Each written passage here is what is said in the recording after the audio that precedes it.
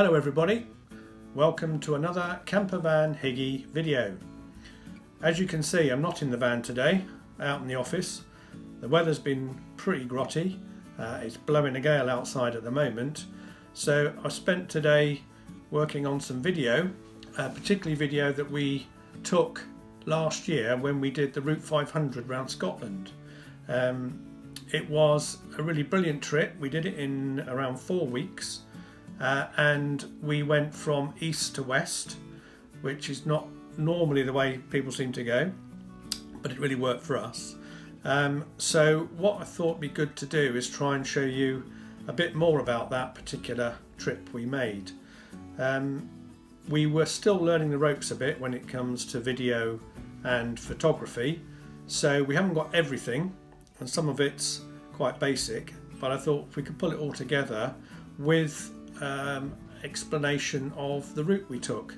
So we've got a big map of Scotland and we're going to take you round the route we went, the things we saw, the highlights of that trip, and talk about the campsites we stayed at, and just to give you an idea exactly how those 4 weeks went.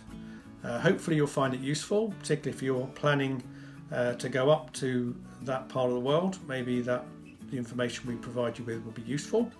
And hopefully you'll enjoy it. If you do, give us a thumbs up and subscribe to the channel, please. If you've got any comments on how we can improve the videos or anything else, please drop those in the comments below, and I hope you enjoy the trip. See you soon. We started off our trip down here in Kendal at the Caravan and Motorhome Club site. Having driven up from our home, we stopped off here for a couple of nights actually, and had lovely walks along the river. We then drove up here, the main route actually, stopping off at the wonderful services between junction 11 and 12. Well worth a stop there for a nice cup of coffee and a bacon bap. And our first stop in Scotland proper was at the Caravanning and Camping Club site in Loch, right next to the Loch Lomond.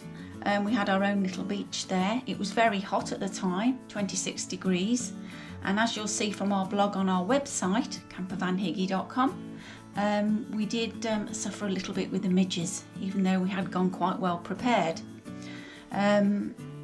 We spent 2 nights on Loch and explored the village, which is a very interesting little village, and there's lots of water sports in Loch if you're outdoorsy, and you can enjoy some really nice trips over the loch as well. There's many ferries and boats that take you over to the other side.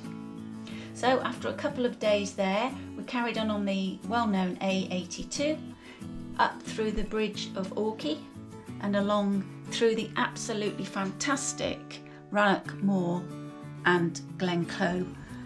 We've put some pictures on our website for that, and also we'll be doing a video vlog. Words fail me here, it's so beautiful in Glencoe and Rannoch Moor. It's one of our most favourite places. We then carried on up through Fort William, again on the A82, and then we went up the west side of Loch Ness, stopping off at the absolutely wonderful Urquhart Castle, which is in this area here. Well worth a stopover, have some lunch and explore the very dramatic setting of this castle. We then carried on the last little bit of our trip up onto the Black Isle to the Camping and Caravanning Club site on the beach at Rosemarkie.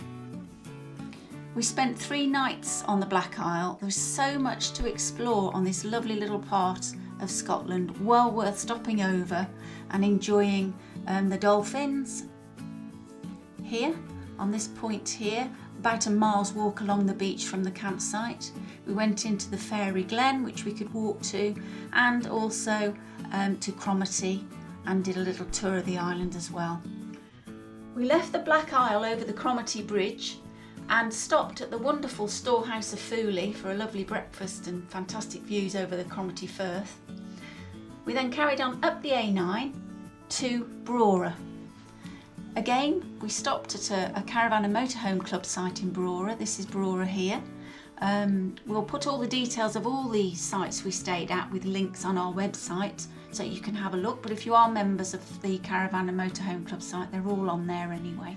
The caravan and motorhome club site at Brewer is just behind the golf club and sand dunes, and then you have the beach the other side. It's a wonderful location and there's lots of places you can explore along here. We stayed there a couple of nights and we went back down to Dunrobin Castle, the oldest inhabited house in the UK, I believe. Definitely Scotland anyway, but I think the UK, and the wonderful wild birds, owls, eagles display that they had on there. We also visited Helmsdale, where we learnt a lot about the Highland clearances, and the wonderful memorial statue that's there brings to home really the truly difficult life that the Highlanders lived at that time. Having spent 2 or 3 days exploring in that area, we then carried on up the A99 round Wick and up to John OGroats. We actually stayed at Dunnet Bay Caravan and Motorhome Club site, ideally located there to visit all the absolutely wonderful views and northerly aspects of the British Isles. John OGroats itself is very tastefully done. No Daleks as you get at Land's End or anything like that, we're pleased to say, and actually free parking, which was also quite nicely received, I think, having spent a few minutes looking for the car parking ticket machine. Duncans Head and Dunnet Head here, absolutely amazing places to visit. You've got Duncansby Stacks, again it's all on our website, and both places are really worth going to and admiring the view and watching the puffins, which are truly remarkable little birds. We also visited a crofter's cottage just outside Dunnet. It's a lovely little museum and well worth a visit too. We spent 3 nights in Dunnet before we travelled on. Don't forget to stop at Lidl's in Thurso. You'll find out why on our website. And we travelled all along the North Road, the A836, stopping off at Smoo Cave and anywhere that looked as though it had got a wonderful view. We stopped along this road here. We went round this point, and right at the tip, before Cape Wrath, is a lovely small village now, built in an old 1950s post-war observation village that was never really used, is now a craft village, and in it is one of the most amazing cafes for hot chocolate. They make their own chocolate there and it really is absolutely delicious, so we obviously had to stop off there and sample the delights of their chocolate and hot chocolate drinks. We travelled then down through Skourie and stopped off here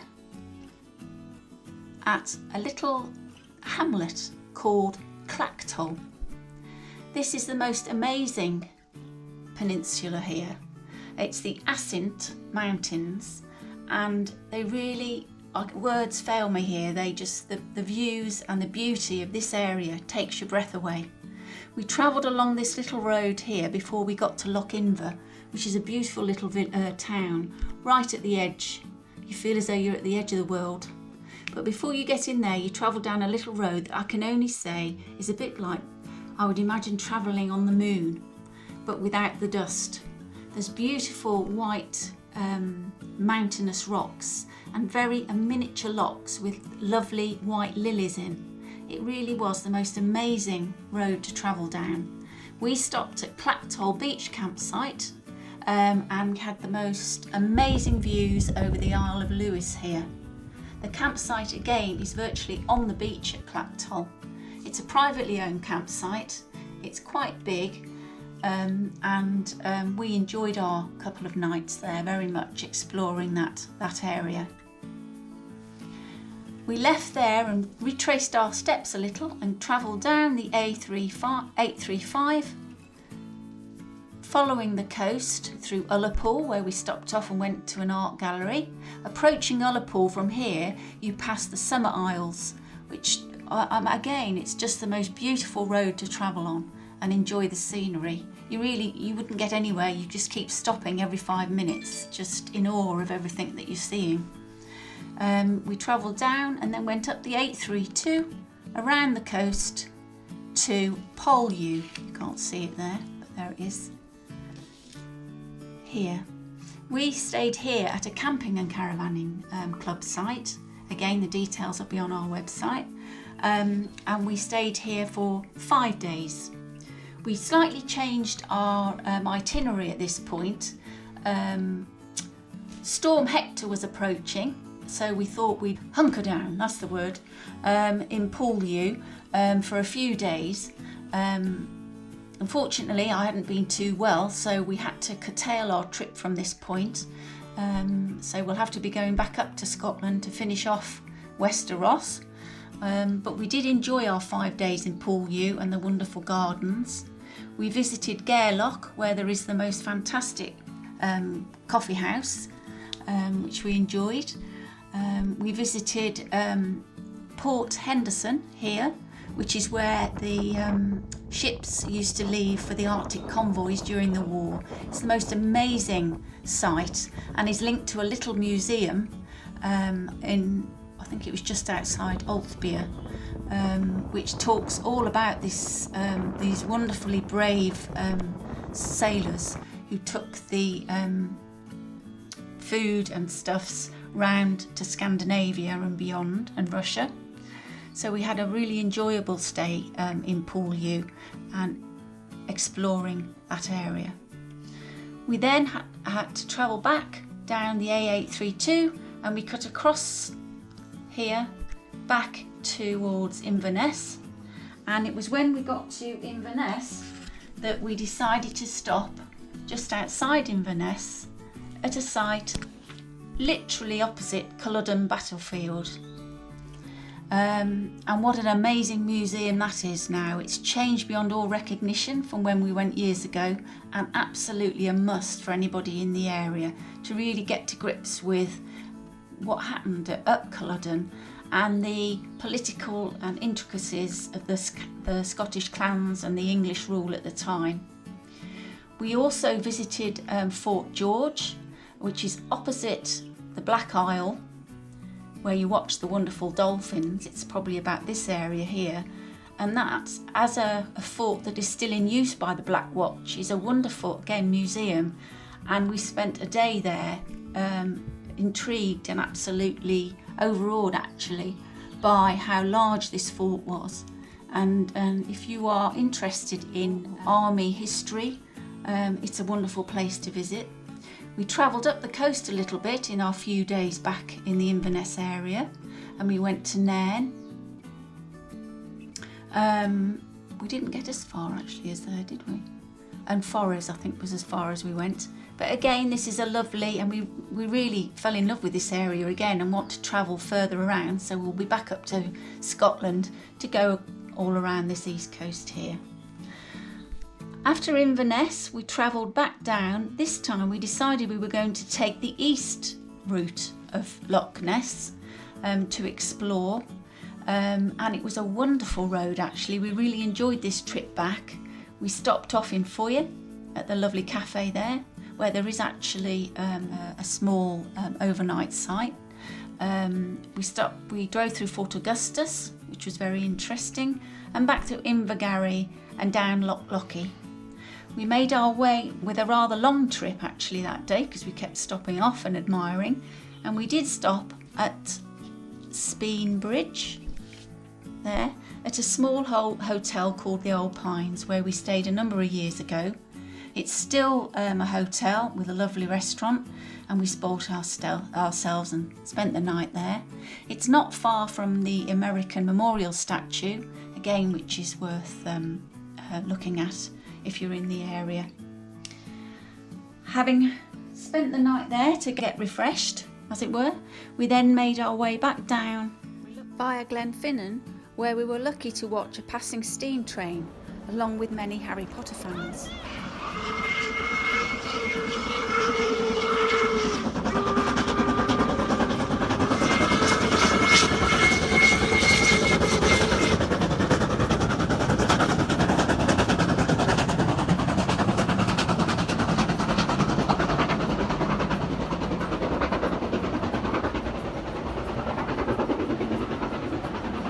Down through the Carlisle and along the Hadrian's Wall to Haltwhistle here, where we spent 3 nights on a camping and caravanning club site, which was ideally located a couple of mile walk into Haltwhistle, but very quiet and very countrified campsite. Again, the details will be on our website, and we explored all along Hadrian's Wall here. An absolute must for any Roman history buffs and fans. You probably all know about it anyway. After we did that, we retraced our steps and came back down to Kendal, where we spent a few days with some friends before we came home.